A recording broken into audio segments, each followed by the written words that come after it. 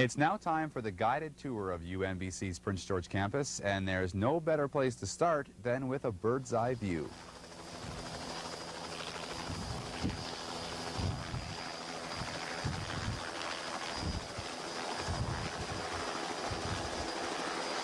There you can see the library building and the south end of the Laboratory Research Center. The Faculty Administration Building is at the top of the screen, and we're now flying over the Conference Center. The townhouse student residence development will be built in the wooded area off the Ring Road and hold just over 200 students. We took to the air in mid-March. By the time Phase 1 was complete several weeks later, 19,000 cubic meters of concrete had been poured. And just to put that into perspective, one cement truck holds 7 cubic meters. We're now looking northward across the campus.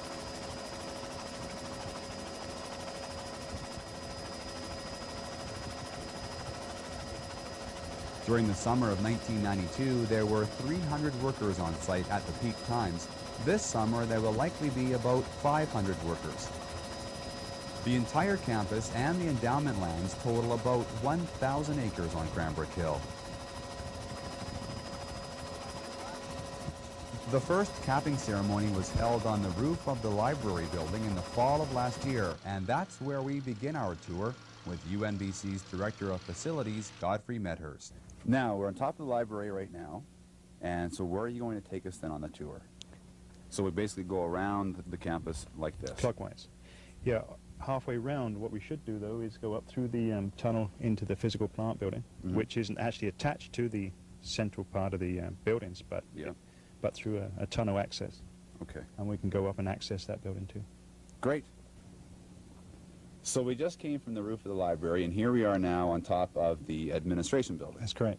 The first floor of the administration building. That's right. So what will this building be eventually? I guess by its name, I guess basically offices. The administration faculty building is basically, like you say, it's the first floor that we're standing on will be for the main administration of the campus, and the second and third floors will be where the deans of the faculties will have their areas, their secretaries and their personnel.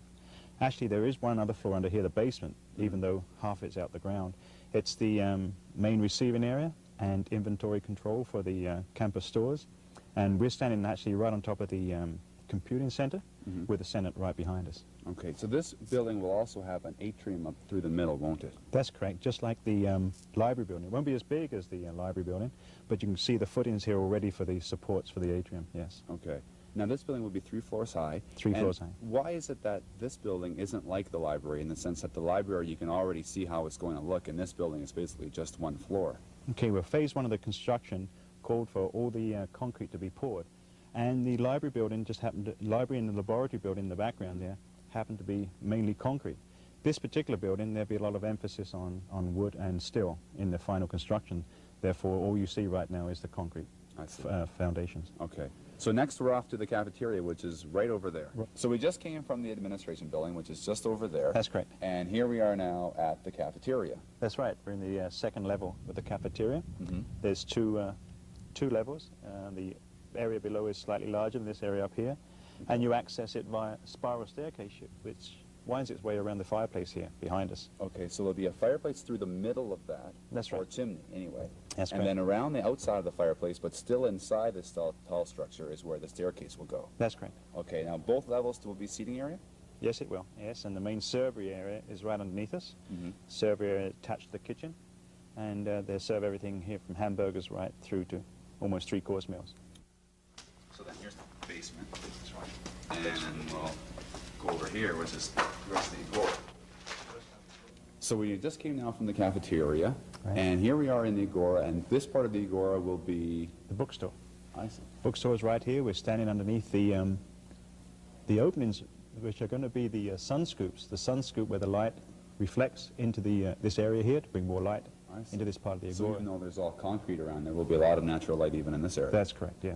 I see. And over in the background will be the print room and the mail room, just to our left here.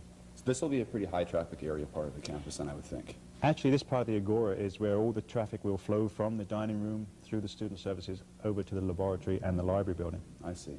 Now, where are we off to next then? We go to the conference center and we go up through the utility door just in the background, around the corner here.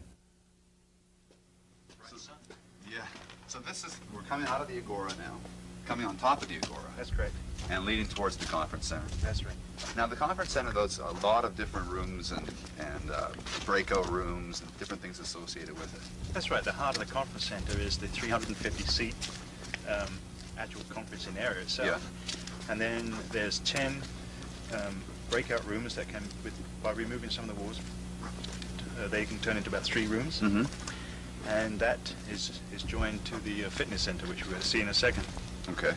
So there will be, there's been a lot of complaints from people that we're not going to have a fitness area, but the university will, in fact, have some fitness facilities on site. That's correct. Our second phase of construction, about 4 years after opening, calls for a full-blown gym, which will be over behind the administration building. Mm-hmm.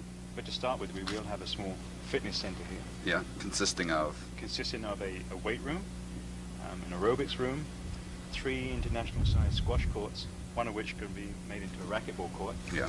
And there's like a small gym area, big enough that you can play volleyball or a bit of basketball in. Yeah, but no bleachers or things like that. No, that's correct. So this is the big lecture hall right here. That's right, yeah, 350-seat lecture hall.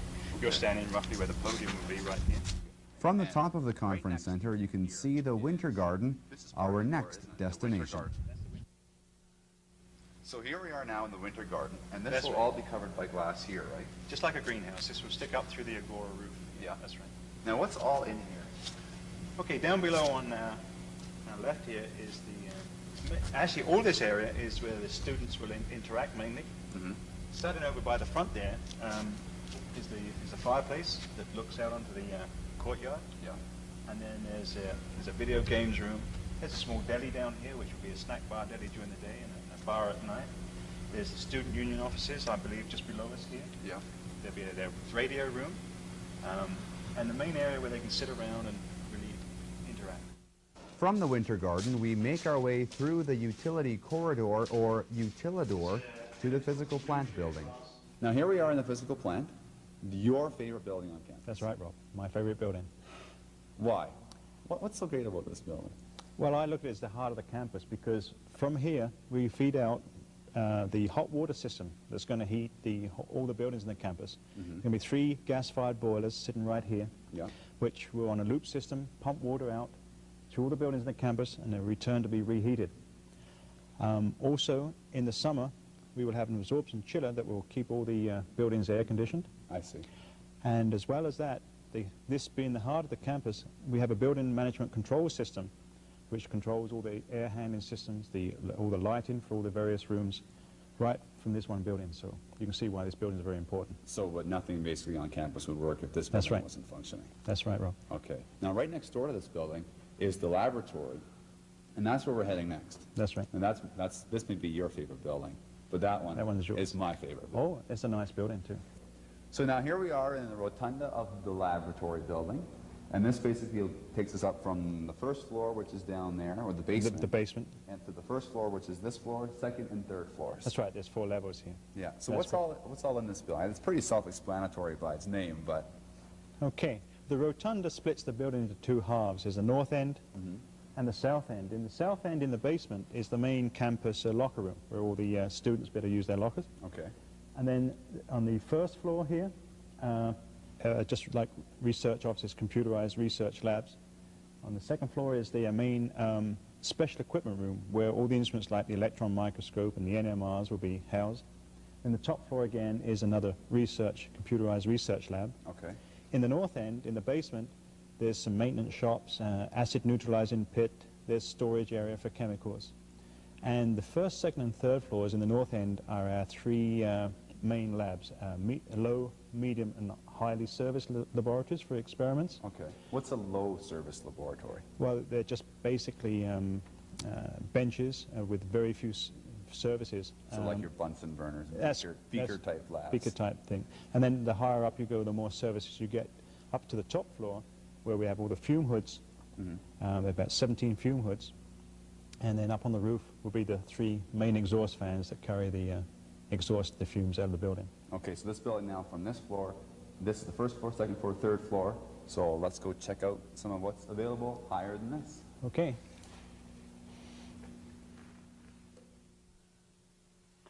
The exteriors of many of the buildings will consist of split-face masonry, whereby a block is made up of the desired texture and color, roughly split down the middle and then turned inside out and affixed to the outside walls.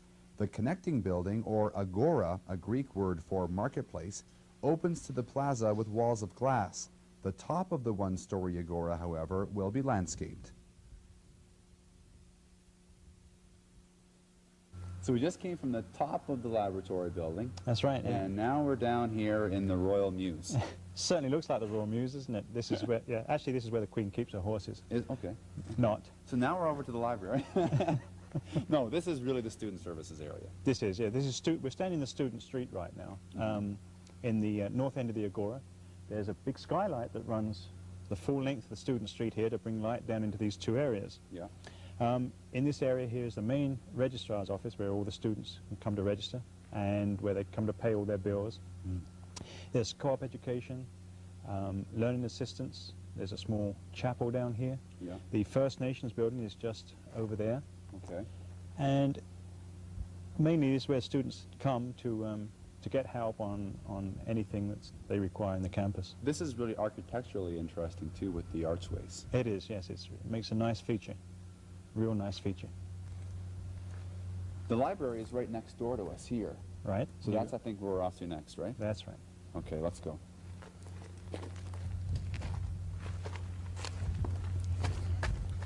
So here we are now in the atrium of the biggest building on campus, the library.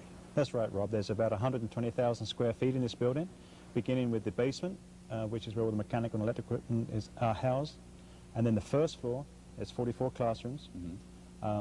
The second and third floor will be where our library collection of 150,000 volumes will be when we open. And the top floor, there's about 78 faculty offices. Okay. And you can probably see the temporary roof, which we had to put on for the snow load-in for the winter. Yeah. That will be replaced, of course, by the glass roof when we open the building up. Now the first floor where the classrooms are, that's the biggest floor because the building is sort of stepped, isn't it? That's right. All our classrooms right now are in the library and the agora, but in the second phase of the campus opening, about 4 years after we open, we hope to have a classroom block between the conference center and the physical plant building, and then all that space will become library. I see. So holding about 500,000 volumes, isn't it? When it's complete, 500,000 volumes. That's right. So now we've been in all the main buildings on campus. Yes, we have, and included in that 500,000 square footage of buildings that we open will be the residences. Over behind the physical plant building, there will be an apartment block which will house about 280 students. And as we come into the campus, down near Shane Creek, there will be 60 townhouses, which will house another 220 students and some family units there as well. Okay, so that's the campus in a nutshell. That basically is the campus in a nutshell.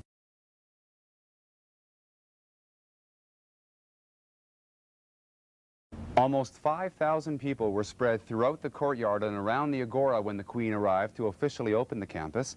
For those unable to attend, here are some highlights from that day.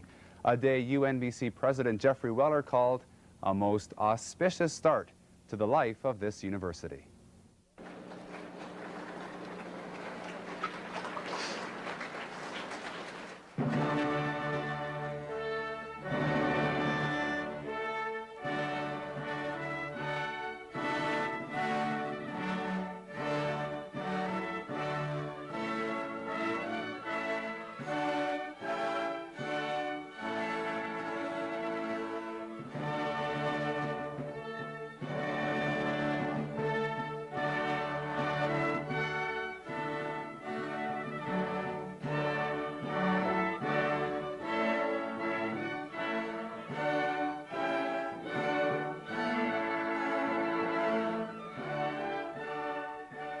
After being greeted by Minister Dan Miller, Chancellor Iona Campignolo, and President Weller, Her Majesty proceeded to the stage which had been erected in front of the library.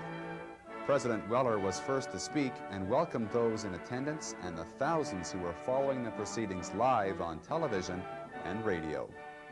As we conduct the opening ceremony for the Prince George campus, such extensive representation reminds us that the University of Northern British Columbia has been created by and for the residents of our area.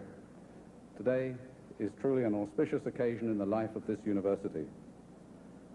Throughout history, as universities were created, they became repositories of all the known knowledge of their time. While UNBC will also continue this tradition, we have, in addition, made commitments to answer the educational needs of our area. UNBC has been designed as a full teaching and research institution, and one which will serve the North and the province. Our courses of study reflect the needs of the region's economy and offer chances to discover careers that will lead to fulfilling work for our graduates. This university, created by an act of the British Columbia legislature in June 1990, already has come to represent opportunity and hope for the future. Now, in the last decade of this century, UNBC looks forward to contributing to the store of knowledge for the next.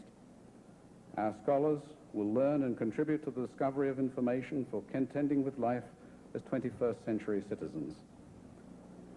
It's appropriate for me today to acknowledge the leadership of those individuals who came together to steer the course leading to this occasion. We are grateful for the inspired initiative of those who formed the Interior University Society in 1987 and the subsequent work of the Implementation Planning Group, the Interim Governing Council, and the Board of Governors, which have guided the university's development over the past several years. Those of us assembled today, and all who are watching and hearing these proceedings by television and radio, will long remember that something important happened in Prince George this day. We are opening a special place which is dedicated to learning. The work accomplished through teaching and research on this campus and throughout our region will make a difference here and possibly to our country and the world beyond.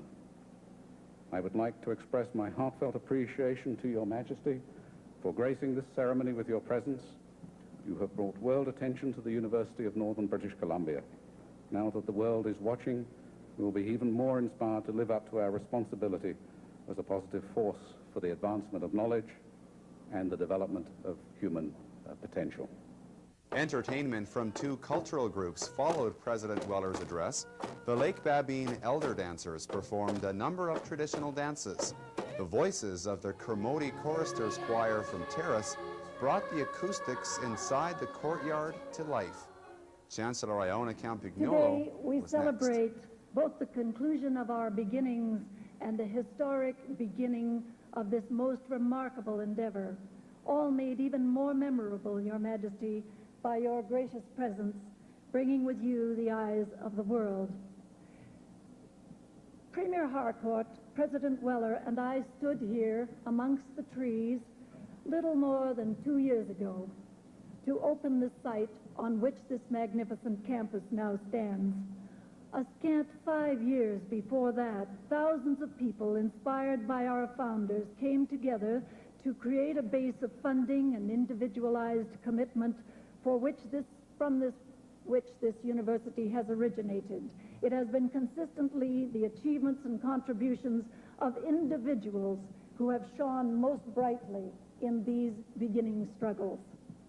If I may vary only slightly to paraphrase the words of your immensely popular literary countryman man, J.R.R. Tolkien, who has Elrond say of Frodo's courageous acceptance of the burden of the ring, this is the hour of the northern people when we arise from our quiet forests to shake the towers and councils of the great. We confidently expect that our graduates will do so.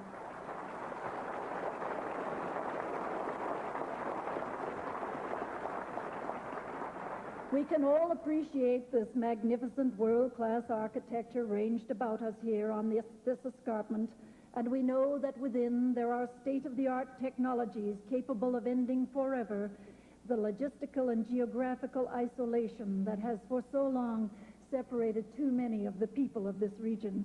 For the first time in human history, there exists the means to effect a true universality of educational access, and we can assure that those who live their academic lives electronically will be equally honored and respected with those who carry out their academic lives on this beautiful campus.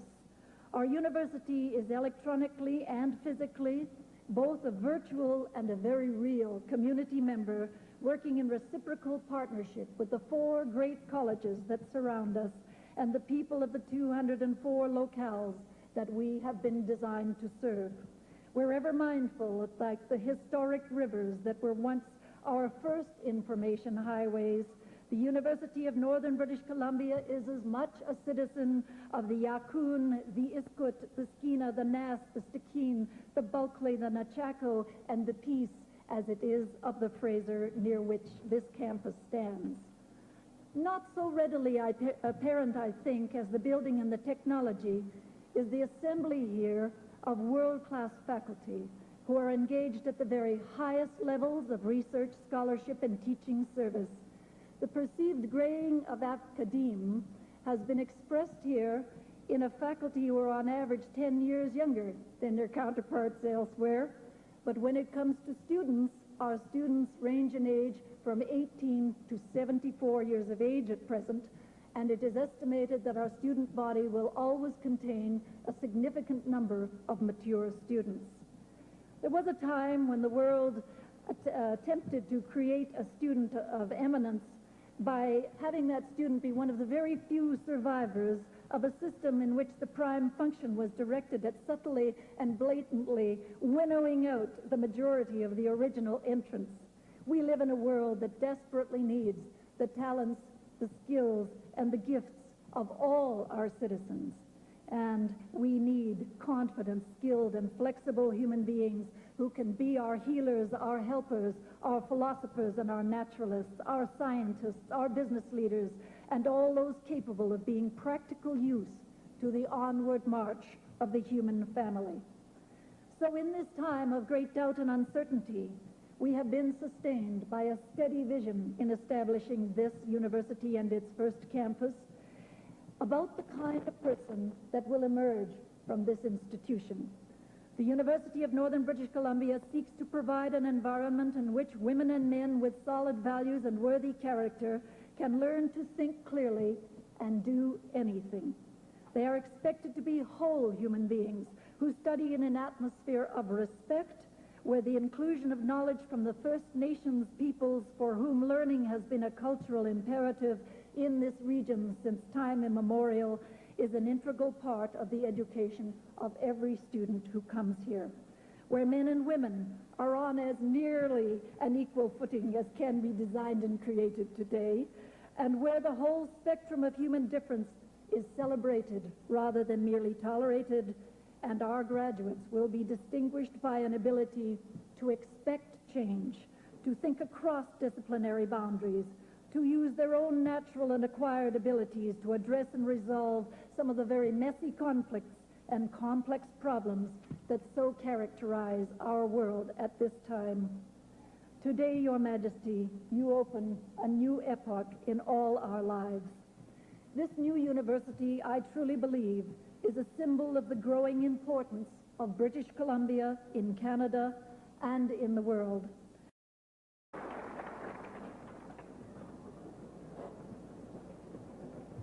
Chancellor, Premier, thank you for your welcome. I was told that I was to see a spectacular campus here at the University of Northern British Columbia. I have indeed, and you are fortunate to learn and teach in such a matchless setting. The concept of this university is no less exciting than the land in which it is set. To create a new university with operations stretching throughout northern British Columbia requires vision and courage. I extend my heartfelt congratulations to all those involved. The 5 interdisciplinary themes of this university are good examples of this Canadian attribute, uniting in a broad sweep First Nations, environmental, northern, women, and international studies. Your buildings, too, reflect the same blend, modern and traditional, and I hope that the interiors lend themselves to learning as well as the exteriors lend dignity to your campus. Yours may be a young university, and it is, of course, a university of the North. But I am confident that before long, students from all over the province, the rest of Canada, and from overseas will be following in your footsteps. I take pride in opening the university, and I wish you all, in whatever capacity you serve the cause of learning, a bright and successful future.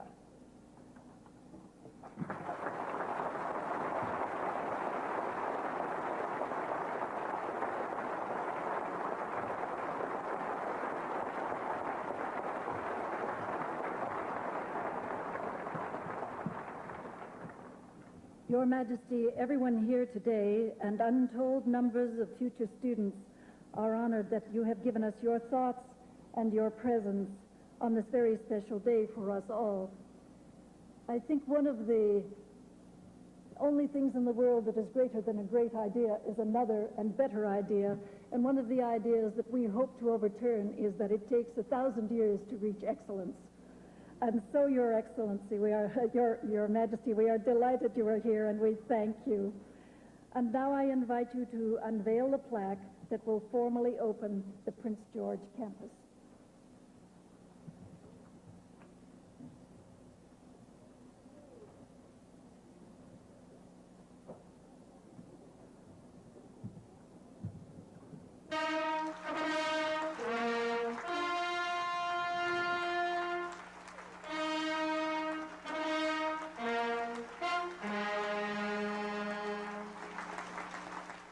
The inscription on the plaque reads, UNBC, the Prince George campus of the University of Northern British Columbia, opened by Her Majesty Queen Elizabeth II, August 17th, 1994.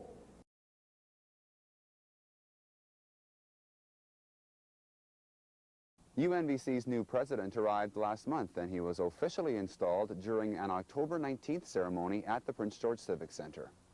It's a long-standing tradition at universities that new presidents are officially installed, and judging by the number of faculty and their academic regalia, there was a traditional element to the ceremony.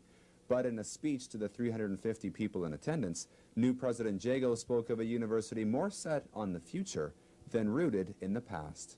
We look to the future because we know, or at least we think we know, that we must change in order to survive and to retain our relevance.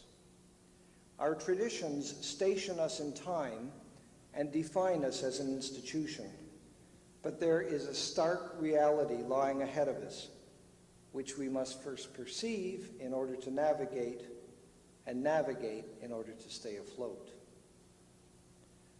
Those involved in the initial planning of UNBC have peered into this obscured reality and attempted to modify the traditional university in order to adapt it to a future as yet only dimly perceived. There has been a commitment to interdisciplinarity, to the creation of faculties that combine academic and professional programs and disciplines in new ways, to the development of unique programs in cooperation with colleges and Aboriginal councils, to regional program delivery, and to experimentation with new educational technologies. In the struggle between the traditional and the new, a struggle which takes place on every university campus, UNBC has managed to create an interesting blend of the established and the innovative to create a distinct, and I would suggest valuable expression of the idea of the university. Many people are expecting that the future for universities includes new financial challenges brought on by expected cuts in federal transfer payments. The same week as the installation ceremony, for example, there was a faculty strike at the University of Manitoba, and students at UBC protested reports of a 50% rise in tuition fees. In this competition between the currents of tradition and innovation, It is the spirit of the university that serves to keep our canoe afloat. But what constitutes the source of our direction and our momentum? From my viewpoint, the source of our direction comes from our ability to serve the society of which we are a part. It is service, not self-service, that is the source of our future success. In this regard, I believe the University of Northern British Columbia has both special obligations and special opportunities.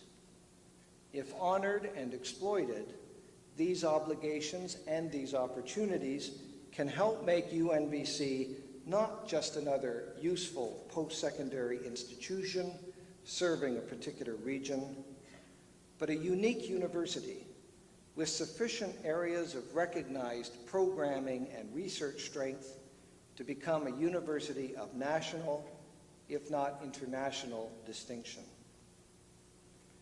These obligations and these opportunities derive from many sources.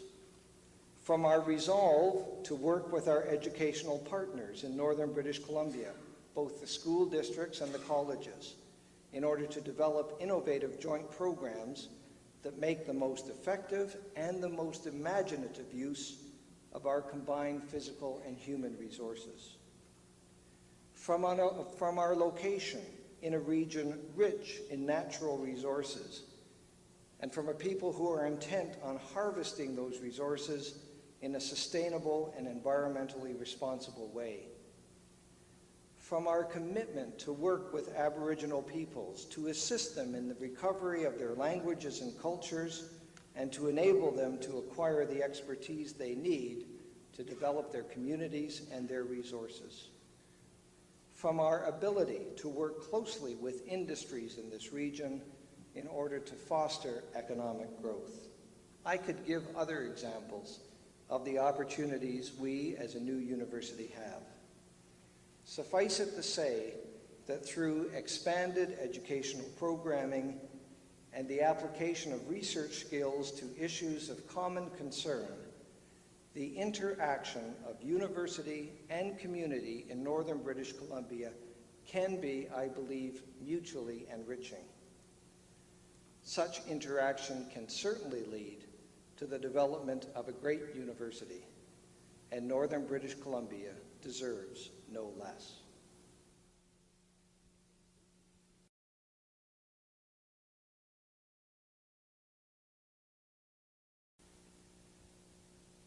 It's been said that you don't just take history at UNBC, you make history at UNBC. Even though UNBC is now in its second year of full operations, there are still many firsts. Seth Raymond of Prince George has become the first UNBC graduate student to complete the requirements for a master's degree after he successfully defended his thesis last month. Seth will be getting his Master's of Education degree at the May convocation ceremony. It was exciting being in the first class, very exciting, because you were part of the setup of it. There was no set structure for how the courses would work or even what the exact requirements would be. It was broadly outlined, but you, in collaboration with the professors, in a way started the program, and what we do is going to set what the program will do in the future. Now a counselor at D.P. Todd Secondary in Prince George, Seth began his coursework in July 1994 at Williams Lake. UNBC offered courses in the Caribou as part of a pilot project launched even before UNBC opened for full operations. I was living in Prince George trying to get on teaching, so it was summer, holidays was coming up, and I'd come down from Fort St. John where I'd subbed up there, and I heard that the courses were starting, and they were starting in Williams Lake, and time is short, time is money, and I wanted to see if I could complete it as quickly as possible, so I rented a place in Williams Lake. There was two, myself and another student that went down for that first session in Williams Lake from Prince George. It was enough to have a pilot started, and that it started prior to the university opening was a little bit frightening because there wasn't a lot of policy and procedure in place. So farthest thought from my mind at that time was that the university's first graduate might come out of this particular group. but I'm glad it has a way of knitting the region to the university and indicating that we are a regional university. I don't think I could think of a finer expression than to have a person combine the two parts of the university program.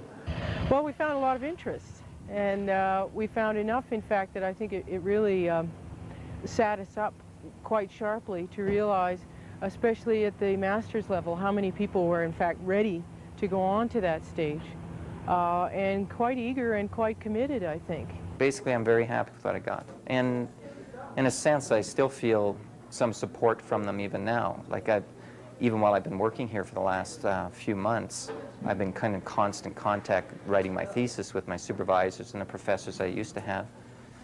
And I still feel that even if I'm finished my thesis, I could still go up for support or for advice or whatever. There's that type of connection. So it's a long-term type feeling you have from UNBC. As UNBC began its 4th year of full operations, there were a number of new endeavors, including a new PhD program in natural resources and environmental studies, and the launch of the new Northern Advancement Program. More on those 2 projects in a minute, but first, a general intro to the 1997-98 academic year. There's an excitement on campus is this unparalleled. Some of those exciting things that we're doing include the renovations that we're making on Student Services Street.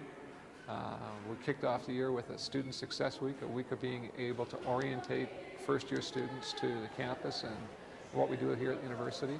And the kind of excitement, the energy, the ambiance that created has spilled over almost into everything that we're doing on campus.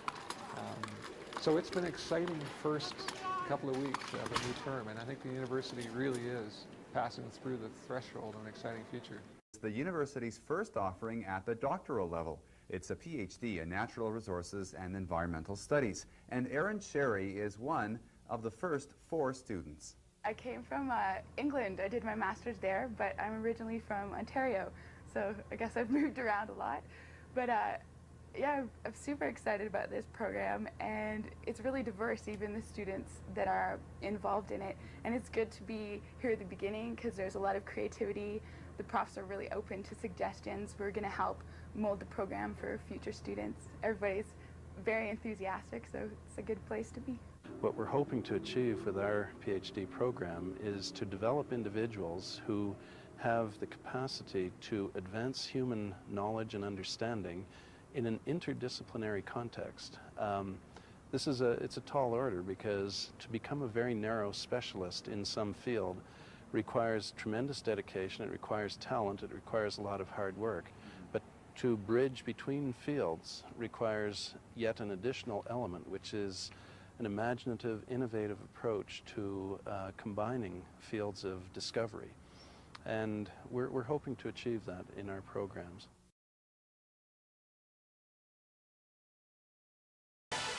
For a new university like UNBC, national media coverage is a big deal. And so it was when UNBC was ranked number 9 in the annual ranking of Canadian universities by Maclean's magazine. We're a new upstart university, and we're in the upper half of the class. I mean, and they're all very good institutions. I mean, the trouble with the Maclean's rankings is that, you know, it gives you a sense that maybe some of the universities aren't very good, but that's not true in Canada. They're all very, very good universities. So to be in the upper half of a very good class of universities is exceptional. The first ever ranking for UNBC generated a lot of enthusiasm on campus as students checked out how UNBC fared against other universities. What they found was a high rating for the quality of UNBC faculty and their incredible success for attracting nationally funded research. In fact, UNBC ranked number 1 for research in the social sciences and humanities. The university started off with graduate programs. Well, you don't have graduate programs without highly qualified faculty who are actively involved in research. So all of those things fit together, and they fit the profile of UNBC with exceptional faculty members, actively engaged in research, being very, very competitive in their ability to get research grants. I mean, but I would say that that was intentional right from the beginning, and our hiring reflected the attitude of what people wanted in a northern university. Also highly ranked was the library, which placed #1 for new acquisitions and #6 for the number of holdings per student. In my experience, the library is roughly doubling itself now very quickly in about 2 years since it started. And that's a good thing in the sense that we are adding more material, and I can see the growth and use of the collection is phenomenal. I don't think I've ever seen students use the material so much. The turnaround time, the amount of percentage of the collection is about 40%, which is very high, and students are in here all the time. Of course, students are using more than just books. These days, they have an incredible access to materials through the computer.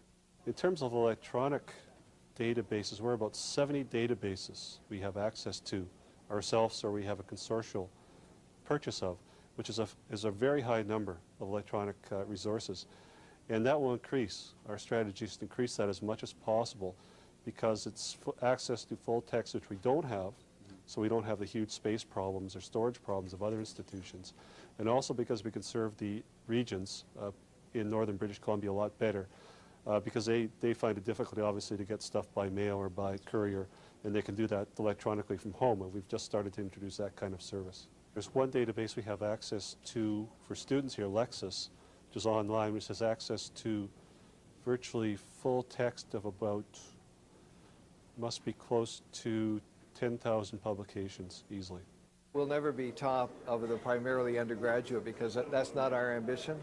Our ambition is to be more of a comprehensive university with a broad range of undergraduate and graduate programs and a heavy emphasis on research. And that's what we intend to be, and we hope we do well in Maclean's, but Maclean's isn't going to determine policy at UNBC.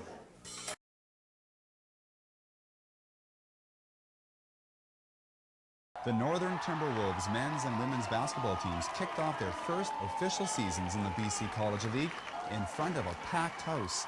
It was the culmination of years of preparation. It's been 4 years in the making.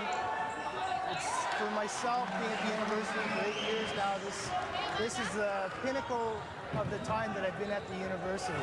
Others were also having the time of their lives. The fans were incredible, and everybody got into the spirit. Even the president and the chair of the Board of Governors had their faces painted. Almost everyone was involved in this game, including these student boosters. Right foot out, right foot out, right foot in, and you shake it all about. There was a lot of talk around from Nugs, that kind of thing about, promoting school spirit, building what we had last year. So I thought, hey, let's actually do something with this. And we formed a club and got a bunch of guys and gals together and started this up. A lot of spirit, a lot of students out here. That's what makes those kinds of great traditions at universities. My last long-term appointment was at the University of Western Ontario. It has 41 intercollegiate teams of one kind or another, and that is a very significant part of the tradition of that university. As for the basketball tradition at UNBC, the inaugural games were very entertaining and showcased incredible talent. One of the most significant baskets of the night went to Prince George native Nicole Ross, who scored UNBC's first points ever in varsity competition.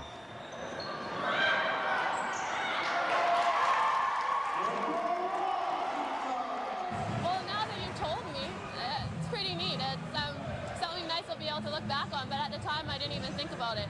We hadn't actually even talked about it. I don't think anyone even thought about it. We're concentrating on the final outcome, so I think the beginning of the game we really showed what we could do. So that was really exciting for us. It was a great way to start off the new team.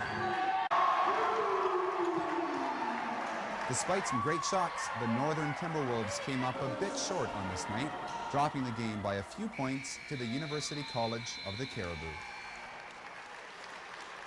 Round 2, as the men's team was next, again the opponent was UCC, who went to the national championships last year. But despite the tough competition, the T-Wolves started strong.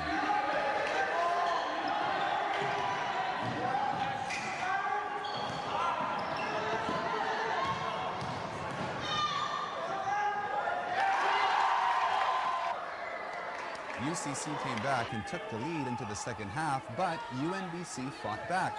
At one point, the score was tied, But UNBC could not finish off the Kamloops School and lost a heartbreaker. The much anticipated opening of the I.K. Barber Enhanced Forestry Lab was held in March.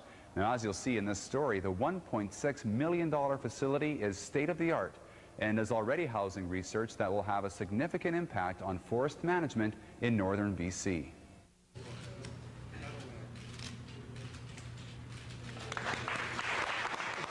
The ribbon cutting involved reps from the funding agencies, including Forest Renewal BC, the Canada Foundation for Innovation, and the BC Knowledge Development Fund. The lead contribution of $500,000 was committed nearly 2 years ago by Slocan Chairman Ike Barber.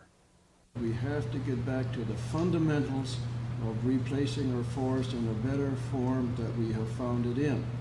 And therefore, coined the words, we have to grow trees better and faster, and that's the focus of this laboratory. And I want to enshrine those words very clearly. And all the work that goes on, I would hope, on into the future, those focus words will not be lost. Put it to you another way. If they get lost, I want my money back. People who are actually operational in the field, they have to make decisions. After harvesting, what do you plant? Where do you plant it? How do you plant it? When do you plant it? With what else do you plant it? To maximize the growth rate, bigger, better trees faster. That's the objective. So how do you do that? That's the question. And in the past, people have used their experience sort of by guess and by trial and by error. What this facility will enable is a detailed and very quantitative, a very precise approach to asking the question, what will work best in certain places? This is the EFL control system where I can control and monitor what's going on in the greenhouse. This part here is just a diagram of the Enhanced Forestry Lab. This shows I can control my lights, and then various things are going on in other rooms. I can click on this, and I can monitor the temperatures in each of the pods and the humidities in each of the pods. And just, I can visually look and see if they're where they should be. And then we'll go to an individual pod. And in the pod, I can monitor the outside air dampers, the unit heaters, my humidification cooling system, shade curtains, vents, exhaust fans, and my heating system, all from one screen for the whole pod. Not only can I monitor things, I can change them from right here, and I can maintain a record of what the temperatures or the humidity was for researchers when they need to know that information.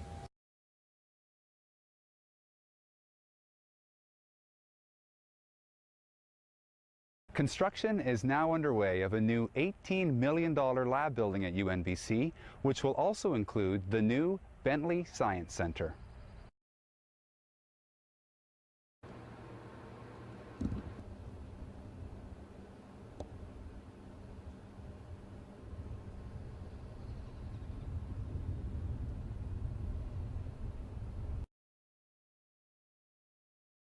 This is a very happy occasion for UNBC, and I believe for the city of Prince George and for northern British Columbia. After much lobbying, the former government approved the construction of a new laboratory building at UNBC, despite the fact that there was a capital freeze at universities at the time. The original allocation for that laboratory building was $12 million.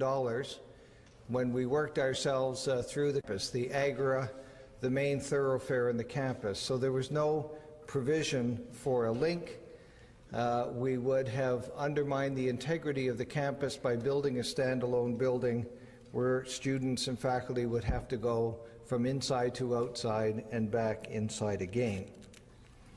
So it was at that point that the idea of a UNBC Science Center was born. And Russ Chernoff, the architect, is with me. And Russ can remember the occasion very well, I think, because, and I spelled out the idea to him. For me, it was an idea. I can't put it in graphic form. I said, do some sketches, do some designs, let's see what we can do with this. And what emerged is the concept that you can see on these pictures to my left. It was the idea of a link that will go off the end of this beautiful building, this Student Service Street, and tie into the new laboratory building, a link that will facilitate access for students and faculty and staff from the existing buildings to the new buildings, and most important, an architectural link. This is such a beautiful building with such beautiful architectural language that we wanted to maintain that beauty and that design integrity of the campus. So the concept was for a link.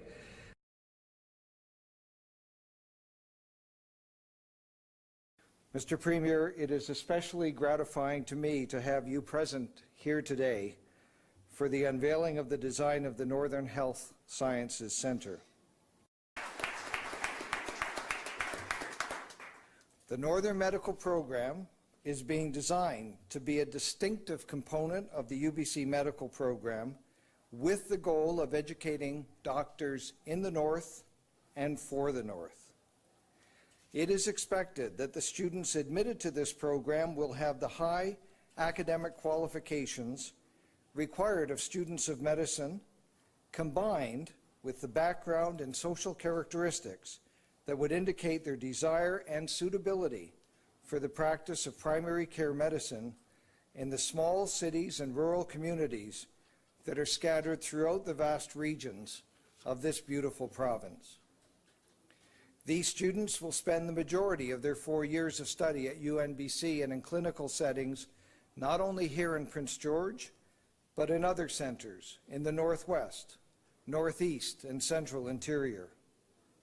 At UNBC, they will study in the fabulous facility we are unveiling today, designed by the architects at Cation Kennedy to express the spirit of Northern BC and to capture the more than symbolic importance that both this building and the Northern Medical Program have for the people in this part of the province.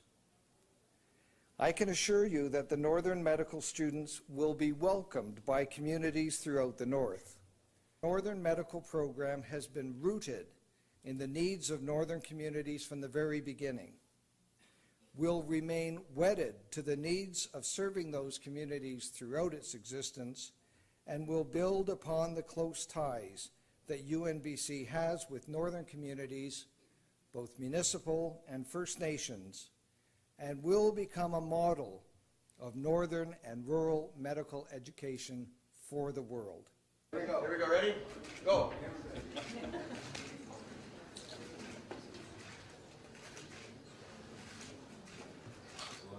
I want you to notice how much wood there is here.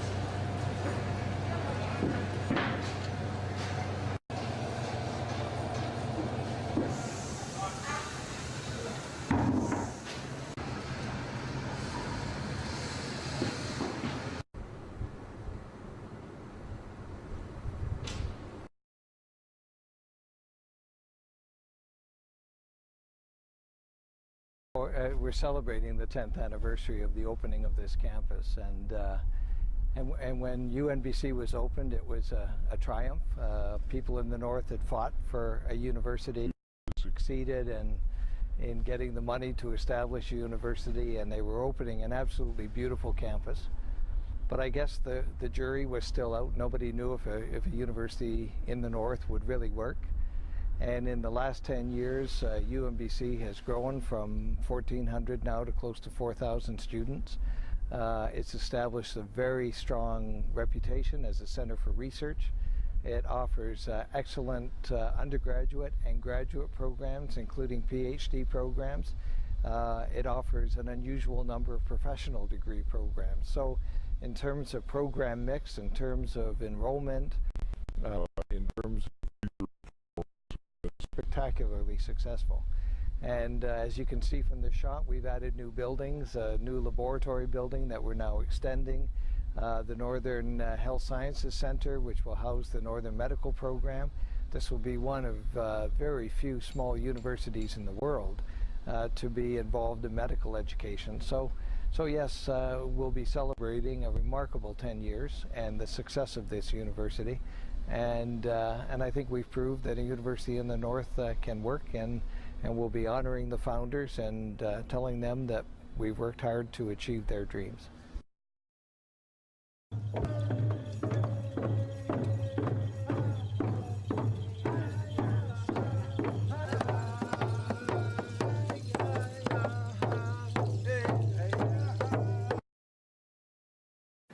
This special convocation is a retrospective occasion. We're here to acknowledge the leaders among our founders who displayed courage, conviction, creativity, resourcefulness, dedication, and sheer stubborn perseverance in creating this university.